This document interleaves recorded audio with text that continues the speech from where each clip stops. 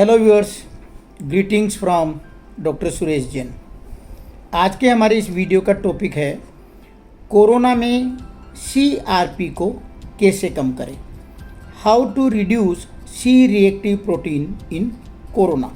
हम लोग सभी गत 1 वर्ष से ज़्यादा हो गया इस कोरोना से जूझ रहे हैं। सभी परेशान हैं। पहली वेव आई और चली गई, उसके बाद कुछ राहत मिली कि दूसरी वेव ने फिर हमको दबोच लिया। अभी सेकेंड वेव की पीक पार हो चुकी है। न्यू केसेस का आना अब काफ़ी कम हो गया है। हर तरफ थर्ड वेव की चर्चा शुरू हो गई है। थर्ड वेव की चर्चा चल रही है। इसका मतलब क्या हुआ? तो हमको सचेत रहना है, चौकन्ना रहना है। MDH को बिल्कुल भी नहीं छोड़ना है, बिल्कुल भी नहीं भूलना है। मास्क पहन के ही रखना होगा, डिस्टेंसिंग मेंटेन करना ही होगा और हाइजीन का हर तरीके से पालन करना होगा। इस कोविड काल में सब कुछ बुरा ही हुआ ऐसा बात नहीं है, बहुत कुछ अच्छा भी हुआ है। हम लोगों ने hygiene, immunity, good diet, exercise, pranayama, meditation, इन सब की इम्पोर्टेंस को बहुत अच्छा से समझ लिया है। हमने कई नए नए शब्द भी सीखे हैं। उनमें एक शब्द है CRP। कई कोरोना रोगियों के यह बढ़ता है और कईयों के तो बढ़ने के बाद कमने का नाम ही नहीं लेता है। इस CRP का फुल फॉर्म है सी रिएक्टिव प्रोटीन। यह कोई बीमारी का नाम नहीं, यह एक एक्यूट फेज रिएक्टेंट है जो शरीर में किसी भी तरह की इन्फ्लेमेशन होने से, प्रदाह होने से, सूजन होने से बढ़ता है। इसका बढ़ना सिर्फ कोरोना बीमारी में ही नहीं होता है। शरीर में किसी भी तरह की इंसल्ट हो तो यह बढ़ सकता है। ध्यान देने की बात यह है कि CRP कई तरह की कंडीशंस में बढ़ता है। इन्फेक्टिव कंडीशंस में भी बढ़ता है, नॉन इन्फेक्टिव कंडीशंस में भी बढ़ता है। कई क्रोनिक डिजीज़ में तो ये बढ़ा हुआ ही रहता है। इसके बढ़ने के अनेक कारण हैं। उनमें से खान पान और अपनी लाइफ स्टाइल भी बहुत इम्पोर्टेंट है। इसकी इम्पोर्टेंस किसी बीमारी की डायग्नोसिस के लिए नहीं है, यह बीमारी की सीवियरिटी को बताता है, जो हमको ब्लड एग्जामिनेशन करने के ऊपर में पता चलती है कि इसका लेवल कितना है। अगर किसी बीमारी में फॉलो अप टेस्ट किए जाए तो यह बीमारी की बढ़त या घटत को भी हमको बताता है। यह एक तरह का प्रोटीन है जो शरीर में किसी भी बीमारी के होने पर जो साइटोकाइंस या इन्फ्लेमेटरी मार्कर्स बढ़ते हैं, उनके परिणाम स्वरूप ये बढ़ता है। इन्फ्लेमेशन बॉडी में होने पर बढ़ता है, लीवर में प्रोड्यूस होता है। कोरोना के अलावा कई तरह के इन्फेक्शंस में ये बढ़ता है। कई तरह के viral infections, bacterial infections, fungal infections, parasitic infections, सब में ये बढ़ सकता है। कोई तरह की अगर इंजुरी हो शरीर पर, कोई तरह का टिश्यू डैमेज हो, कई मेटाबॉलिक डिजीजेज जैसे टाइप 2 डायबिटीज़, कैंसर के रोगी, heart diseases, arthritis, stressful situations, ऐसे कई कंडीशंस के अंदर में बढ़ता है।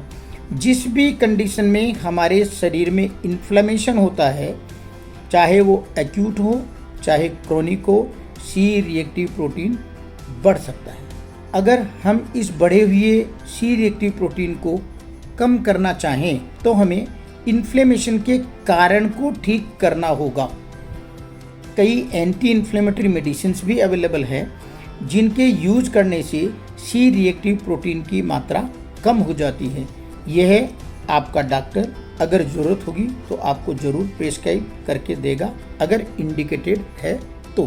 सी रिएक्टिव प्रोटीन का बढ़ना खान पान और लाइफ स्टाइल पर भी निर्भर करता है। अगर हम इन चीज़ों पर ध्यान दें तो भी हम सी रिएक्टिव प्रोटीन को कुछ हद तक कम कर सकते हैं। खाने पीने में हमें जो प्रो इन्फ्लेमेटरी फूड्स हैं उनका यूज़ कम से कम करना होगा, और जो एंटी इन्फ्लेमेटरी फूड्स है उनका यूज हमको ज़्यादा करना होगा। खाने में फाइबर की मात्रा अधिक होनी चाहिए। होल ग्रेन बढ़ाना है, होल व्हीट, ब्राउन राइस और पैकेज फूड के अंदर में जिनमें एक सर्विंग में हमको 5 ग्राम से ज़्यादा फाइबर मिले। रिफाइंड ग्रेन्स को कम करना है, जैसे वाइट राइस, वाइट ब्रेड और मैदा। सीजनल फ्रूट्स और वेजिटेबल, इनमें काफ़ी फाइबर रहता है, इसको बढ़ाना है। बीन्स को, नट्स को, सीड्स को बढ़ाना है। मिठाइयाँ, केक, कुकीज, इनको कम करना है। मीठे शरबत, कोला, सॉफ्ट ड्रिंक्स, इनको कम करना है। फास्ट फूड, फ्राइड फूड और पैकेज फूड, इनको कम करना है। फाइटोन्यूट्रिएंट्स रिच जो फ्रूट्स एंड वेजिटेबल्स होते हैं, विभिन्न कलर के, विभिन्न खुशबू या स्मेल के, और साथ में लीफी वेजिटेबल्स, इनके अंदर में काफ़ी फाइटोन्यूट्रिएंट्स होते हैं जो इन्फ्लेमेशन को कम करते हैं।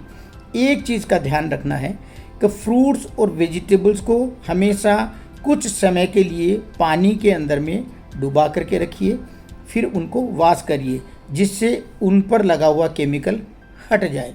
करेला और कालमेघ, जिसे ग्रीन चिरायता भी कहते हैं, इन्फ्लेमेशन को कंट्रोल करने में काफ़ी फ़ायदेमंद है। हर तरह के हमारे इंडियन मसाले, जिनमें हल्दी, दालचीनी, काली मिर्च, जिंजर, लहसुन, ये काफ़ी फ़ायदेमंद है इन्फ्लेमेशन कम करने में। हल्दी सबसे ज़्यादा प्रभावी है, उसके अंदर में करकुमिन नाम का जो इंग्रेडिएंट है वो बहुत अच्छा एंटी इन्फ्लेमेटरी है। इन सभी के अंदर में कई एंटी इन्फ्लेमेटरी कंपाउंड्स रहते हैं, जैसे flavonoids, carotenoids, antioxidants, vitamins, minerals आदि। ग्रीन टी, ब्लैक कॉफ़ी और डार्क चॉकलेट भी इसमें फ़ायदेमंद है। हेल्दी फैट्स खाना है। मोनो अनसैचुरेटेड फैटी एसिड्स जैसे olive oil, canola oil, sesame oil फ़ायदेमंद है। Omega 3 fatty acids, flaxseed, walnut काफ़ी अच्छे हैं। खान पान के अलावा अच्छी नींद, कम से कम 8 घंटे अनडिस्टर्ब्ड बहुत ही ज़रूरी है। Light exercises, breathing exercises, yoga और मेडिटेशन भी बहुत हेल्पफुल है। मेडिटेशन से हमारा पैरासिम्पैथेटिक नर्वस सिस्टम स्टिमुलेट होता है और हैप्पी हार्मोन्स का सिक्रेशन भी बढ़ता है। ये दोनों ही प्रोसेसेज एंटी इन्फ्लेमेटरी है। डीप ब्रीदिंग करते समय, अगर एक्सपीरेशन के समय मतलब सांस छोड़ते समय अगर ओम या हम इसका अगर उच्चारण किया जाए तो हमारे नाक में व साइनसेज में नाइट्रिक ऑक्साइड की कंसंट्रेशन बढ़ती है। यह नाइट्रिक ऑक्साइड अपने आप में एक एंटीवायरल है और वेसोडाइलेटर है। आप अपनी हेल्थ का पूरा ध्यान रखें। कोरोना की रिकवरी के लिए डॉक्टर के साथ में फॉलोअप और चेकअप बहुत ही ज़रूरी है।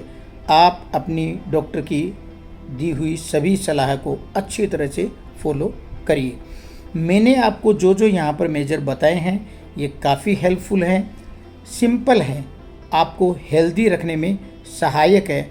आप डेली इनको यूज़ कर सकते हैं। ये वीडियो आपके लिए बहुत ही यूज़फुल होगा। अगर आपने अभी तक मेरी चैनल को सब्सक्राइब नहीं किया है तो रिक्वेस्ट करता हूँ सब्सक्राइब करिए। मेरी इस चैनल में 60 से ज़्यादा वीडियो कोरोना और चाइल्ड हेल्थ के डिफरेंट एस्पेक्ट्स के ऊपर में हैं जो आपको काफ़ी फ़ायदा पहुंचा सकते हैं। Thank you very much.